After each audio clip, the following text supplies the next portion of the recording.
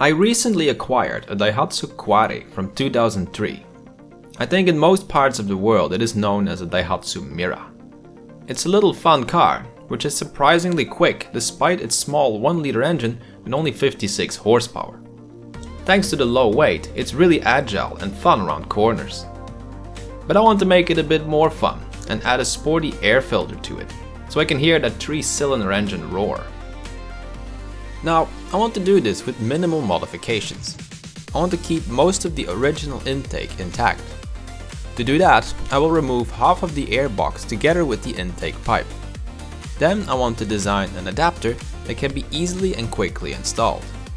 That adapter would fit a standard 76mm or 3-inch mushroom air filter.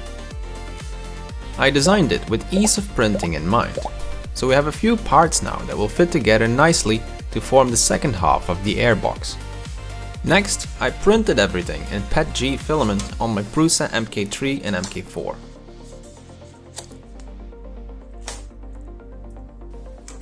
For some reason, I can't seem to get rid of the stringing on my Mk4 when printing PETG. An easy way to quickly clean it is with a bit of tape. I also removed the supports on the main part. Then, as a reliable way of securing the parts, I use M4 threaded inserts, which are wonderful to work with. To seal the flange to the main part, I'm going to make my own durable gasket. A simple piece of kitchen silicone sheet will be just perfect. I use silicone sheet for many types of gaskets because of their ease of cutting and because they can also endure high temperatures without deforming. To ensure a good seal to the factory airbox half, I'm using a rubber O-ring. This fits nicely into the designated groove.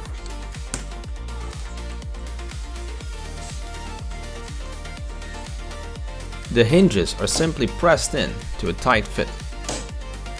Next, I assemble the flange with the silicone gasket. To secure it, I'm using M4 bolts, 16mm in length. Make sure to tighten this evenly, but not too tight as to not to break the plastic. Then it's time for the filter itself.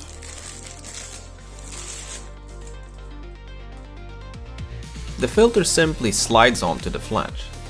Then we use the included hose clamp to secure it firmly but not too tight. All that is left now is to put it on the car.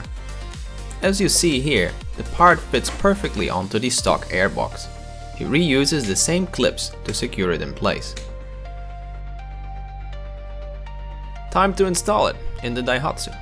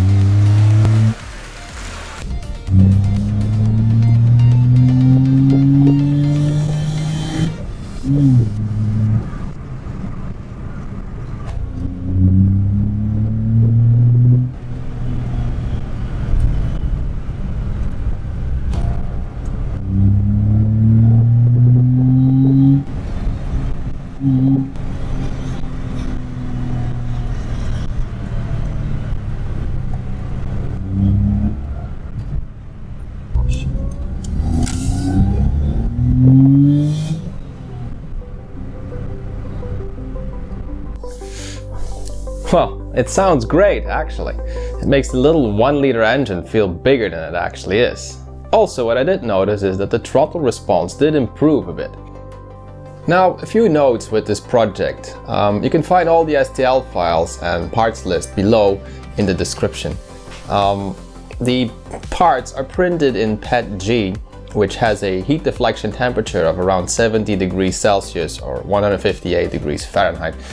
Initially I thought this would be a problem in the hot engine bay, that I would exceed those temperatures, but turns out it doesn't. So I've been testing now for a few months, and to my surprise it stays quite cool actually. So my theory is that the incoming airflow through the air filter just cools the entire box and well, keeps the PET-G cool even when the car is running on idle, or you're standing still at a stoplight. Even on warmer days, the temperature doesn't really get that hot around the box. So for now I think this is fine. So I don't see any reason to reprint it in something like ABS or a higher grade filament. If you like this video, please give it a like and a comment, it really helps. Anyhow, thank you for watching, and I will see you next time. Bye bye.